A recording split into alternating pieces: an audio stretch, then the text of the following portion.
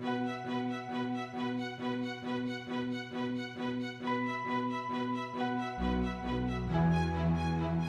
forecast that credit card delinquency rates, the ratio of borrowers who are 90 days or more past due on one or more of their credit cards, will remain largely flat through 2012, near their historic low levels. Our projection is for card delinquencies to reach 0.69% in Q4 2012, which is a 7% decline from a forecast 0.74% in Q4 2011, and near a 17-year low of 0.60% recorded in Q2 2011.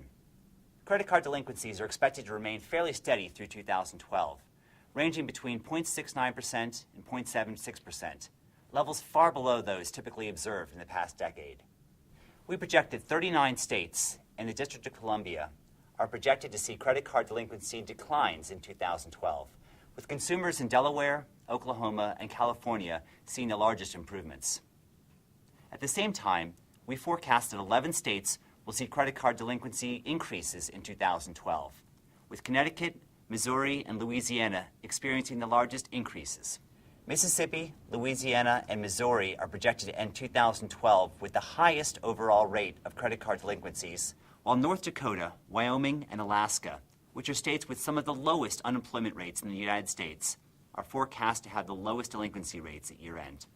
We've seen the ratio of credit card delinquencies at near their record lows in 2011 and expect that to continue through 2012, really due to a number of factors. First, we've seen in recent years consumers really treating their credit cards as one of their most valued financial assets. In these difficult financial times, consumers are using their credit cards really to bridge the gap between payments. When times are tight, they're using their credit cards for everything from buying their groceries to making ends meet on a day-to-day basis. And as such, they're doing everything they can to make sure that they're current on their credit card payments and are doing everything they can to maintain access to those credit card available limits. As an example, credit card balances per borrower in the third quarter of 2011 stood at about $4,800, approximately $1,000 less than in the second quarter of 2009, the quarter when the recession officially ended. This balance decline is despite persistent high unemployment levels and duration and the current scarcity of available alternative sources of consumer credit, such as home equity lines.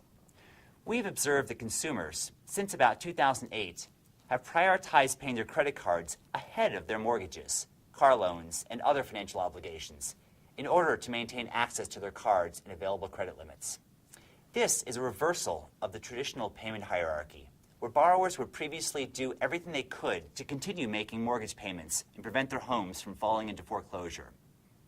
Because of these factors, we expect credit card delinquency rates to remain near historic low levels through 2012. So what does this mean for lenders as they look to 2012?